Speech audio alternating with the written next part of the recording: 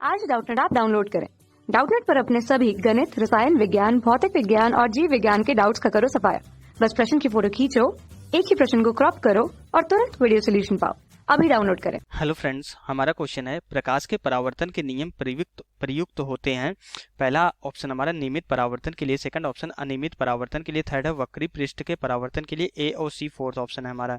तो बेसिकली ए और C means हमारा फर्स्ट और थर्ड का मतलब है।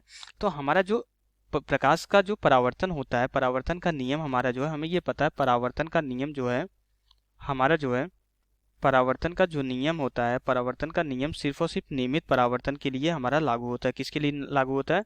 नियमित परावर्तन के लिए लागू होता है। लेकिन हमें ये पता होना चाहिए हमारा नियमित और अनियमित परावर्तन क्या होता है, इसके बारे में भी हमें पता होना चाहिए। तो नियमित और अनियमित परावर्तन हमारा क्या डिफरेंस होता है? अगर हमारा जो है प्रकाश की किरण किसी समतल पे आके आपतित हो रही है, मीन्स जो जिस सतह पे आके आपतित हो रही है वो किस तरीके से है। मान लेते हैं ये कोई सतह है, जरूरी नहीं है कि ये समतल ही हो। सतह जो है हमारी जो है यहाँ पे जो है ये एक तरीके से हमारा जो है यहाँ पे खुरदुरा नहीं होना चाहिए। ये टोटली हमारा जो है प्लेन होना चाहिए, समतल होना चाहिए इसकी सतह। ये हमारा पृष्ठ वक्री भी हो सकता है, लेकिन जो सतह है हमारी क्या होनी चाहिए? चिकनी होनी चाहिए। जब हमारी जो है चिकनी सतह से प्रकाश की किरण का यहाँ पे परावर्तन होता है तो ये क्या होता है हमारा जो है, ये हमारा यहाँ पे नियमित परावर्तन होता है। ये अविलंब हो जाता है, ये आपतित किरण होती है। ओके, ये आपतित किरण होती है, ये परावर्तित किरण हो जाती है। तो इस सतह से जो हमारा परावर्तन होता है वो क्या होता है? हमारा नियमित परावर्तन होता है। लेकिन अगर हमारी सतह कुछ इस तरीके से खुरदरी हो जाए, अगर सतह हमारी कुछ इस तरीके से खुरदरी हो जाए तो ये यहाँ से जब प्रकाश की किरण हमारी जो है यहाँ पे जब प्रकाश की किरण आपतित होती है तो यहाँ पे हमारा जो है अनियमित परावर्तन होता है। फिर हमारा प्रकाश के जो है परावर्तन के नियम का पालन यहाँ पे नहीं होता है। तब हमारा जो परावर्तन होता है हमारा अनियमित परावर्तन होता है। तो जो परावर्तन का नियम फॉलो होता है सिर्फ और सिर्फ नियमित परावर्तन के लिए फॉलो होता है। और अगर वक्री पृष्ठ है, वक्री पृष्ठ हमारा जो है किस तरीके से हो सकता है? जो वक्री पृष्ठ होता है हमारा इस तरीके से भी हो सकता है, लेकिन इसकी सतह हमारी इस तरीके से ना होकर इसकी सतह भी हमारी चिकनी होगी।